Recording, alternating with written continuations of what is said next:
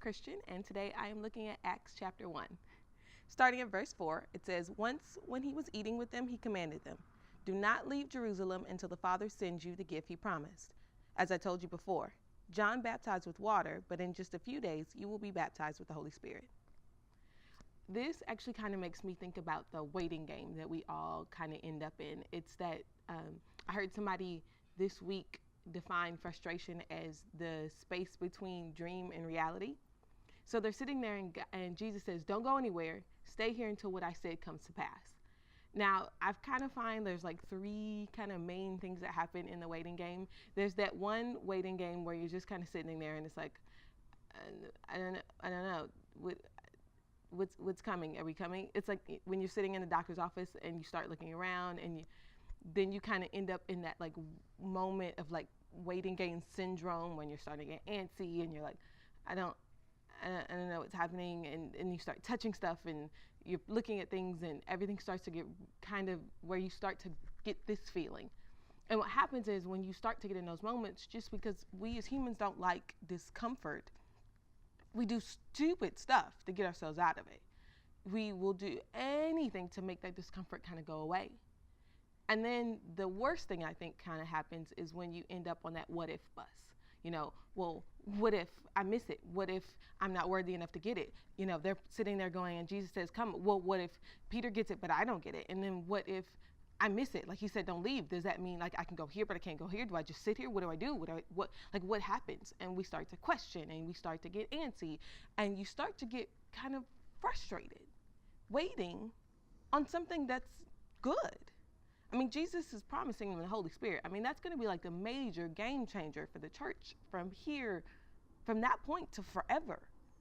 And it's also that third thing that I think that happens. You start to question, you start to get into what if, and then you start to wonder, which is also kind of a dangerous place to be in.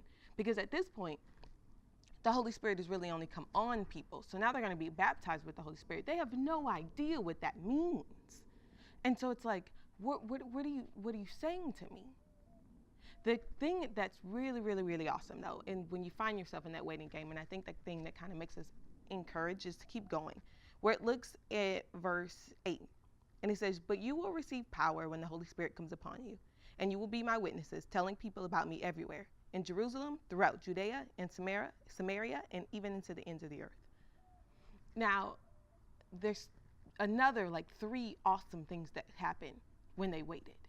He says, you'll get power, like the strength that you need, the encouragement that you need, everything that you need is coming if you just hold on a second, if you just trust me. Now that for me is a frustrating thing because there's so many times I'm like, "God, what do I do?" And he goes, "Just trust me." And I'm like, but like, what do I just sit here? Like, what do I do? But there's power coming. There's also purpose coming. He says, "You're going to be my witnesses." He's now giving them not only power, but he's giving them purpose. He's instilled in them not only something from him, but he's given them the very job he came here to do, to point people to the Father.